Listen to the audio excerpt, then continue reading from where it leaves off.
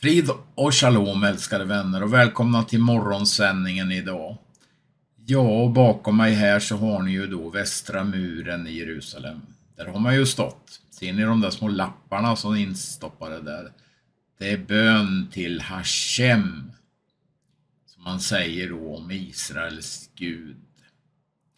Ja, ska vi se här då på hur Gud ser på Israel och hur Gud ser på folket i en profetia. Det finns många mer, men vi måste vara på det klara att den här tiden gäller att stå på Israels sida. På Guds ords sida, nämligen. Jag läser några verser här ifrån Hesekiel 36, där det inte råder någon som helst tvekan om att landet Israel och judarna ligger tungt på Guds hjärta. Och det är med smärta vi kan se hur kristenheten inte förstår det här, utan har alla möjliga konstiga uttalanden om både landet och om folket. Det har ju ingen betydelse vad du tycker, utan det som har betydelse är vad Herrens ord tycker. Vi läser det här då i Jesu namn. Hesekiel 36. Du människobarn, profetera för Israels berg och säg: ni Israels berg, hör Herrens ord. Så säger Herren, Herren, eftersom fienden säger om er: haha, de gamla urgamla offerhöjderna har nu blivit vår egendom. Därför måste du profetera och säga: så säger Herren, Herren, eftersom han har ödelagt er och från alla sidor längtar efter att få sluka er. Ja, det gör man ju alla de här islamisterna och allt nu, va? För att ni ska tillfalla de övriga folken som deras egendom. Och eftersom ni hånas och förtalas av onda människor, ja, det kan man ju verkligen säga. Därför ni Israels berg, lyssna nu till Herren, Herrens ord. Så säger Herren, Herren till bergen och till höjderna, till bäckarna och till dalarna och till de öde ruinerna och till de övergivna städerna som har lämnat till ro och hån åt de övriga folken runt omkring. Ja, här ser ni ju att det solklart handlar om landet Israel. Det går inte att överhuvudtaget ifrågasätta. Och vi fortsätter då i Hesekiel 36 och från vers 8. Men ni Israels berg skall åter grönska och bära frukt åt mitt folk Israel. Och de ska snart komma tillbaka, ty jag ska komma till er och jag ska vända mig till er och ni ska brukas och besås. Här nämns alltså både landet och folket. Jag ska föra er samman på er många människor, hela Israels hus. I städerna skall det på nytt bo människor och i ruinerna skall det byggas upp. Jag ska föra samman på er mängder av människor och boskap och de ska bli fruktsamma och föröka sig. Jag ska låta er bli bebodda alldeles som ni förr var. Och jag ska göra er ännu mer gott än tidigare och då ska ni förstå att jag är Herren. Här ser ni igen landet, städerna, folken. Ja, kan det betyda något annat? Vi fortsätter ifrån vers 24 i Jesu namn. För jag ska hämta er från folken och samla er från alla länder. Där står det alla länder och föra er till ett land. Då råder det heller ingen tvekan om att det här måste ha skett efter år 70. Det var ju då man spreds ut till alla folk. Och 1492 vet ni så spreds man ju ut från Spanien ännu mer till alla folk. Och så säger Herren när han har fört tillbaka dem så ska han stänka rent vatten på dem så att ni blir rena. Då kommer det alltså någon form av upprättelse här, och det är ju församlingar överallt idag i Israel. Tack och lov. Jag ska rena er från all orenhet och från alla era avgudar. Den helige ande ska utgjutas, med andra ord, över Guds folk, ser ni här, över Israeler, över judar. Jag ska ge er ett nytt hjärta och låta en ny ande komma in i er. Och jag ska ta bort stenhjärtat ur er kropp och ge er ett hjärta av kött. Det här håller på att hända, vänner. Det är så spännande att leva nu. Jag ska låta min ande komma in i er och göra så att ni vandrar efter mina stadgar och håller mina lagar och följer dem. Så skall ni få bo i det land som jag gav åt era fäder. Och ni ska vara mitt folk och jag ska vara er Gud. Jag ska frälsa er från all orenhet. Och så ska jag kalla fram säden och låta den bli riklig och skall inte mer låta er drabbas av hungersnöd. Halleluja, det är ju solklart. Landet Israel, folket är judarna, och en på nytt födelse gäller ju först och främst här dem, står det ju här då. Tack och lov, Jesus, att vi får leva i den här tiden. Och vi välsignar Israel och Jerusalem idag. Det gör vi rätt i. Och vi vill stå på din sida. Vi förstår att det pågår ett jättestort och jättesvårt andligt mörker över den här världen, Herre. Och vi vill be i Jesu namn att du ska strida för oss, Herre. Halleluja.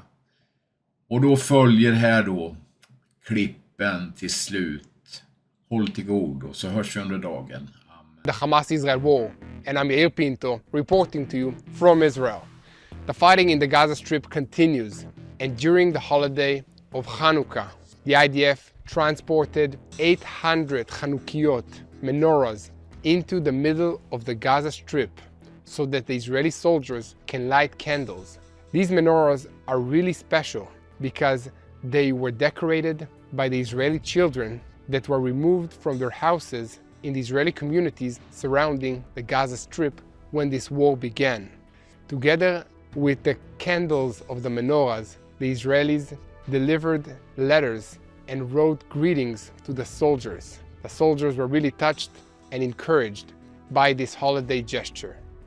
During the past 24 hours, and since the beginning of this weekend, IDF forces mobilized thousands of Hamas terrorists that surrounded to the Israeli troops. They mobilized them from within the Gaza Strip into Israeli prisons. This is a huge operation that takes time and efforts. In the northern part of the Gaza Strip, Hamas conducted a surprise terror attack against IDF forces along the shore of Gaza. In the northern part of the Gaza Strip, IDF forces were under attack by Hamas terrorists who conducted a large offensive against the troops on the area of the coastal line of Gaza. Together with the Israeli Navy, the IDF was able to defend its position and push back Hamas's offensive into their underground positions. At the same time, an IDF infantry unit called Kfir is conducting an operation to open another corridor in the northern part of the Gaza Strip. The IDF is separating the northern part of Gaza in order to divide Hamas terrorists and prevent them from meeting each other and rearming. This is a hard operation, but that's the only way to defeat these terrorists, by separating them and clearing out each section of Gaza on its own. The operation is conducted on the Salah al-Adin road, which is the main road that leads from the northern part of Gaza all the way to Egypt in the south. And the IDF is creating corridors from the eastern side, Israel, to Salah al-Adin road. That way, it is separating the Gaza Strip into strips of land and holds all the transportation routes, preventing Hamas terrorists from getting ammunitions and other military supplies. In the northern part of the Gaza Strip, in the area of Bet Lahia, which is another huge terror hub of Hamas, a group of 20 terrorists emerged from an underground position in which they were hiding for a very long time, surprising the Israeli troops with an attempt to carry out an attack. The Israeli troops were able to neutralize the terrorists, and many of them surrendered because they spent so much time underground and they did not see the sunlight. They had no power to conduct a successful attack against the troops. Staying underground in underground tunnels has a toll on your body. Just imagine the Israeli hostages being held underground for 65 days. In the southern part of the Gaza Strip, according to the IDF spokesperson's unit, the IDF is conducting intensive operations, and together with the Israeli Air Force, it targeted more than 250 Hamas terror locations that include launching sites, ammunition depots, and other terrorist sites that are located in the southern part of Gaza. Another report we received from the IDF spokesperson's unit is that infantry units, together with the Israeli Air Force, struck a communication site of Hamas that was located next to a mosque in the Gaza Strip. We know that Hamas is operating next to civilian locations that include mosques, hospitals, schools, kindergartens, and other areas. That's how this organization is conducting its war against Israel. In another location in the southern part of the Gaza Strip, a special IDF unit located, targeted, and struck Hamas's underground terror tunnels using precise bunker busters that were shot from the Air Force. In the southern part, in the area of Khan Yunis, in which Hamas was born, Hamas terrorists are conducting fierce attacks against IDF forces and attempting to prevent the Israeli troops from reaching the western side of Khan Yunis. It appears as if the IDF is finally locating where Hamas's main command station is located in the Gaza Strip. But I have to say, with all these reports that Hamas is losing and the IDF is neutralizing more and more Hamas positions and commanders, on the ground, the situation is different. You must remember that this organization was planning this war for 14 years. 14 years of taking all of the money of the Palestinian people in Gaza and using it to create a vast underground terror infrastructure. This war is taking time, and the IDF will not be able to complete it within a few days. In Israel's southern front against the Houthis in Yemen, a French naval vessel reported that 2 Houthi drones carried out an attack against it, and they were intercepted by the naval vessel's anti-drone defense system.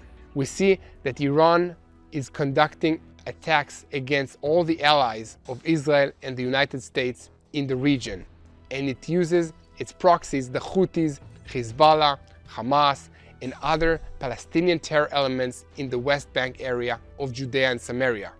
First of all, we need you to help us by telling people the truth about what is happening in the Middle East and in Israel. This war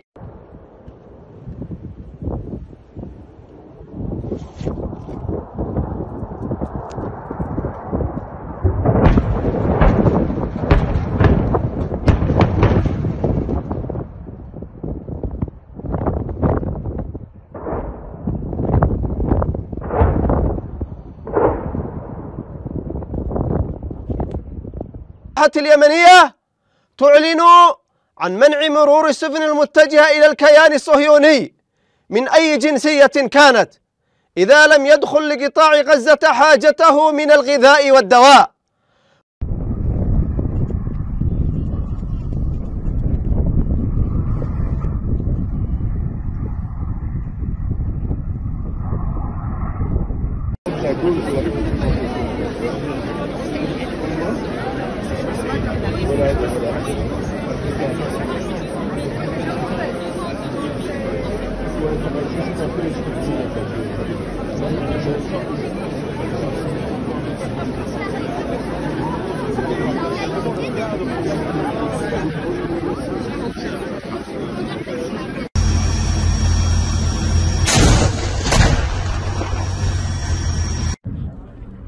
סתם חרטוטים.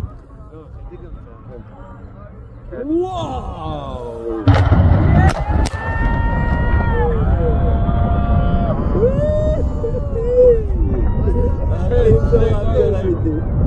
וואו! Good morning, Gaza. הרגשנו את העדף. עכשיו עזה בוערת. וואו, וואו. די לעלם.